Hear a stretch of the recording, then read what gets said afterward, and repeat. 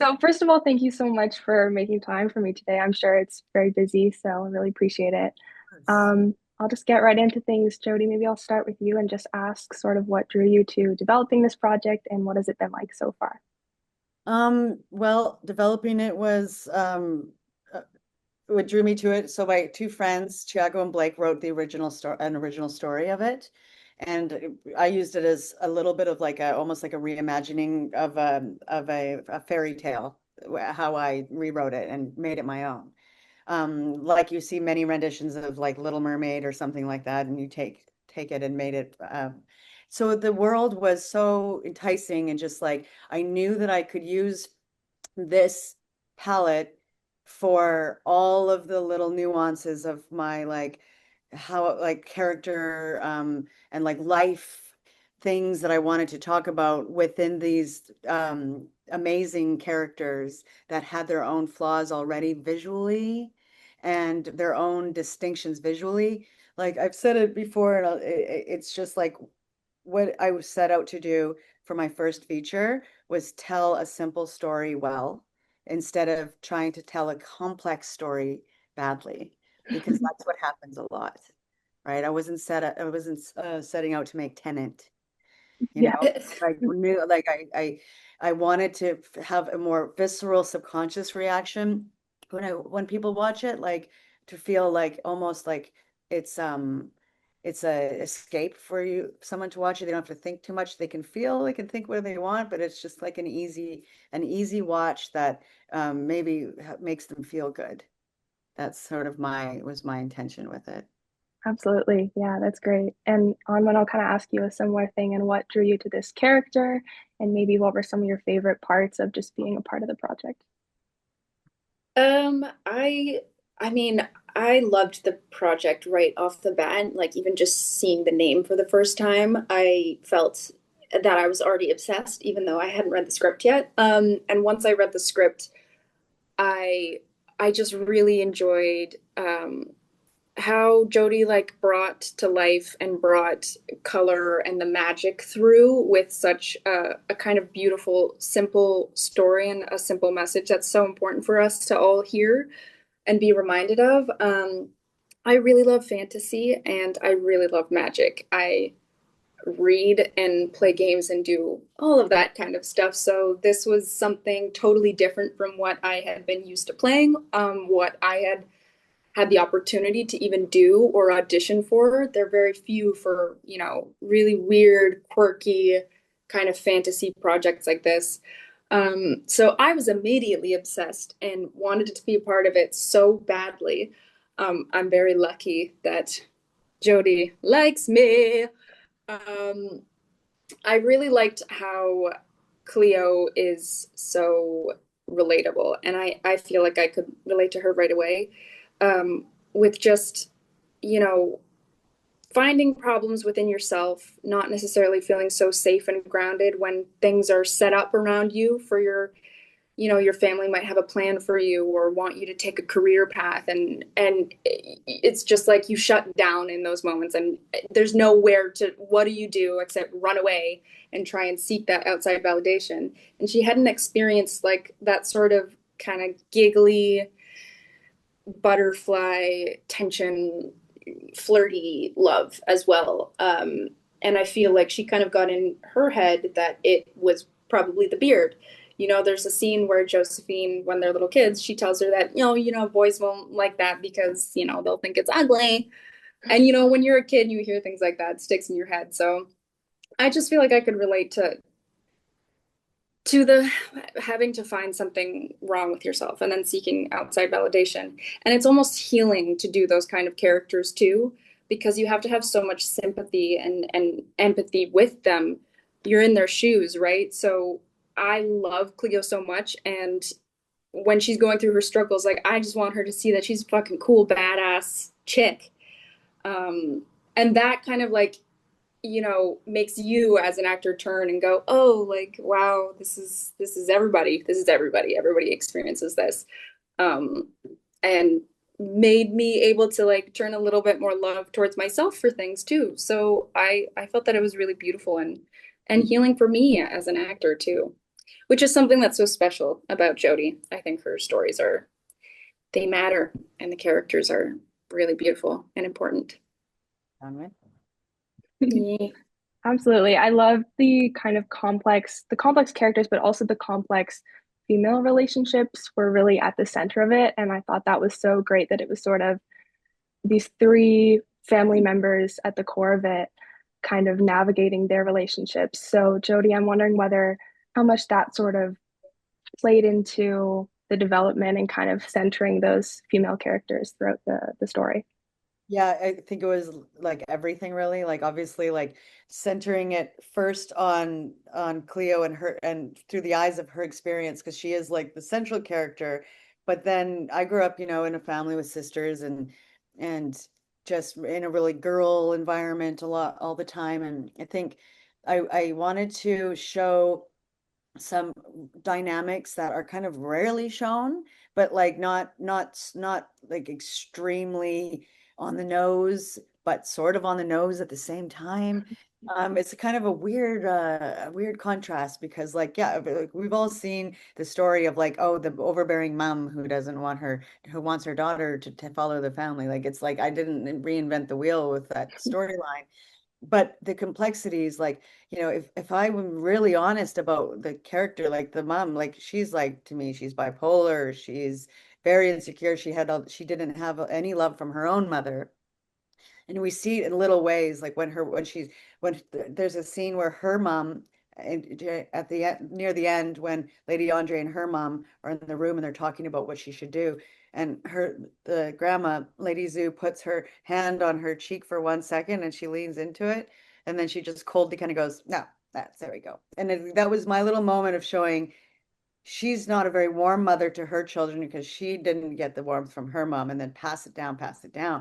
And so it's like a dynamic that is a little exaggerated, but it's just like yeah, like I always told Jess, who played Lady Andre, that like she was a very young mother. Like I think she had Mm. Cleo when she was 16, right? Because that's just what people do too in those country towns, especially in the circus, I'm sure. But and then just the jealousies that sometimes happen within sisters and start at like a young age, and because um Josephine's she's so smart, like she's like very intelligent, she like knows how to emotionally manipulate even to the point where it Mm. kind of scares her, like she got a little bit of her mom's like narcissistic um qualities, and then poor Cleo was just like actually pretty sweet, right? She didn't get them. So she's kind of abused a little bit from all angles. And like, no wonder she cries when she leaves, because it's like years of what's not being said, like her mom, like being like pushing her in a way. Cause there is like also a lot of um, like underlining sexual stuff of how these men see the bearded women, like Mhm. fetishize them. And I didn't want to go too deep to that, but I little lines like already perverts, come on, like little things that just like convey, because there's not a lot of dialogue in the film. There's enough, but I mean there's not a lot of like profound dialogue. But this, if you really listen to it, there's a lot of little there I economized what I was saying with with what I wanted to say with little words every now and then. Even like when her mom hits her, and she's like, "You hit me." She's like, "No, I didn't." Like just like completely, like that's how that she was like gaslit her entire life. Like Mhm. just things like that that like I think subconsciously might, and like that's not the relationship I necessarily had with my family. It's just like the complexities of these relationships in this um fantastical little representation of it, right? In 90 minutes in Absolutely. that side of female relationships.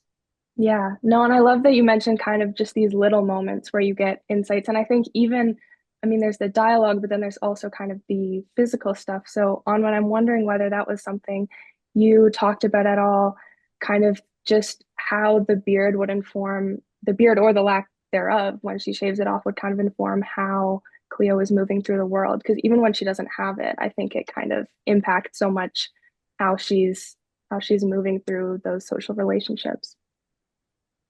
Yeah, that's a really interesting question. I feel like, you know, how people say use the term like a beard as in a mask. I feel like when she was coming to kind of her late teenagehood, I think like Jody and I've talked about her being like 20-ish, or 21. something around like that. Around that point, it starts to feel like that kind of beard metaphor to her, that it's just a mask because this kind of life is set up for her, and this is like a showpiece, and it's for people to come see, to gawk at, and do that kind of thing. So it doesn't feel I feel like that's why she wants to communicate with her mother and say like, hey, like read my ideas because I have some really cool things that could just like not be about this. Like it could be about having a cool talent. Like, hey, I like to sing. And she's like, I don't care, and you know, all of that kind of thing. So I think it starts feeling like that beard metaphor of it just being a mask because it's not about her. It's not about her talents and about her ideas. It's this mantle thing that she's carrying on and it has nothing to do with her. So it just feels like she has no freedom. And she's like getting to that point.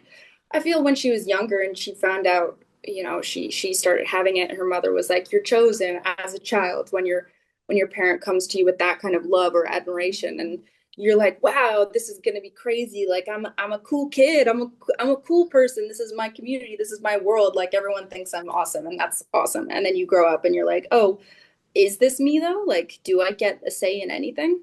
So I feel like when she shaves it off, there's a bit of, I mean, there's so many different feelings. Like, it's very layered.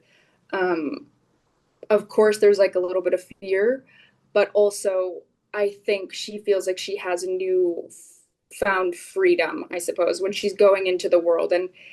And I wanted to make her kind of not like calculated, but like the way that I would do certain things in all of those scenes of just kind of like looking how to act like a human. Like I feel like maybe it's almost like an approaching it like you're an alien, I suppose, because this is an entirely different world universe to her. She's not been out here and she's only ever heard bad things from the community or heard like the fact that people don't like us or bully us or just come and pay and laugh and you know that kind of thing. So it doesn't feel good. Um, so just kind of like going around feeling a little bit like an alien, learning how to be like a normal human and copying certain things that people do. I feel like she was very curious, and then obviously she gets this kind of connection with Blaze, which is monumental in that moment. And being that age and having your first kind of like butterfly, like giggly, ooh, someone likes me. Especially when you had it in your head from being younger, your sister kind of drilling it in that like people don't like beards or like boys won't like that. They don't won't be attracted to that. So it's all very new and exciting. And then obviously there's the scenes and the fallouts in the end, and Josephine comes and is like trying to bring her back, and it's her way of kind of saying I love you. And that's kind of where Cleo just like really realizes that she needs to come home to herself, and this space is not safe for her because she's doing the exact same thing that she was doing in the community when she had the beard. It's the same situation exactly, and she comes to that realization. um yeah, Objectified as well, again, all over again, but just for being beautiful. yeah, Like he Yeah. didn't even know anything about her. We intentionally made it so he never asked her a question about herself. yeah, Yeah. It's like he didn't know her. They didn't really have like this deep connection. She felt that she just got, chosen for once in her life for not having the beard. And then because like she didn't even like believe what she didn't care. Like with the when she hooked up with the twins, like that was like she didn't like that was nothing for her. Like it was just silly stuff, right? But she wanted validation from the outside world. So it wasn't about her beard. And then she got it, but it became, like Almond says, the same thing. It was validation for her about her being beautiful, and that's it. So it's yeah. always Mhm. something other outside of who she is that she was getting, that people were interacting with. So Yeah. yeah, it never really solved itself. in that way until she just, you know, came to, like she says, back to herself and realized, Yeah. so it's like like a simple little a little story like that, and like to be like, it's wholesome and it's nice for people to know that at any age, like a lot of times people expect these stories to only be for like, oh, she's 18 and then she's like, oh, I was like, I've been figuring stuff out my whole life still. It's not as something that ends when you become an adult. You're always figuring out about yourself and what you're comfortable with yourself about until you die, hopefully, right? So it was like a little slice of Yeah. that. And I didn't want to Hmm. make it too childlike, or sorry, not too for kids, but I would like kids to still be able to enjoy it if their parents allow them to hear like motherfuckers once in a while. But like that's about it. But it's also for like, it's not just like about like it's a coming of age, but like a re-coming of age over and over again for like all the characters. It's like a coming back to self, right? More. Absolutely. Yeah. No, I love that. And I very much got that sense of sort of it's a coming of age, but anyone can kind of like, regardless of the stage of life, I think it can be relatable. I know we probably only have a few more minutes, so I'll just ask if either of you want to take this kind of what you're hoping as more audiences see it, what you're hoping people get from it, or yeah, what they take away, I guess, which you kind of touched on, but Yeah, I think for me, I would love for it to be something that is like a nice experience for them and whatever they take from it. And like what I proposed to the world with this, what I gave is like my gift to the world with it is I hope that um it has enough space in it where you can feel deep feelings with it, or you can just veg out and watch like the beauty of it and feel nice from like the visuals and the aesthetic of it. But it gives enough. It's like a little salve, really. I just want people to watch it and feel good when they watch it. Like be a wholesome film for them. Like it's like there's not a lot of like deep things that happen when you're watching. Maybe with some people there could be, but I just want it to be a nice experience. mhm. Because like I find I haven't watched a lot of films recently that are just a nice experience. Because I also like horror movies and stuff that I feel like shit after watching, right? Or just like, things like that are so deep, but I just wanted to have something that was I just hope that people have a good experience while watching it, really. And it takes the load off for a second, or for the 90 minutes Absolutely. watching it. Yeah. Yeah, Yeah. that's great. I feel like this is gonna, I don't know if this sounds weird at all, but I hope people are kind of like inspired to create their own art after watching it because it really, the entire project and filming felt like Jodie just made it like a really fun playground, and we all got to just kind of like go a little bit wild and weird and quirky with everything. And I kind of hope that it just kind of inspires people to want to make their own things or draw because after finishing filming this, I go through gaps where I don't draw or do any sort of art, but after this, I was very inspired and just kind of could see like color, and I feel like Jodie's very inspiring that way. Yeah, and I hope it kind of like sparks joy for people's artistic sides. I love that. Yeah. That's great. Well, I don't want to keep you for too much longer. I'm sure you've got a busy day. So thank you so much for talking with me. I love the film and I hope that more people see it and love it as well. So congratulations and thanks Thanks, again. Andy. Appreciate Thank you it. so much, Andy.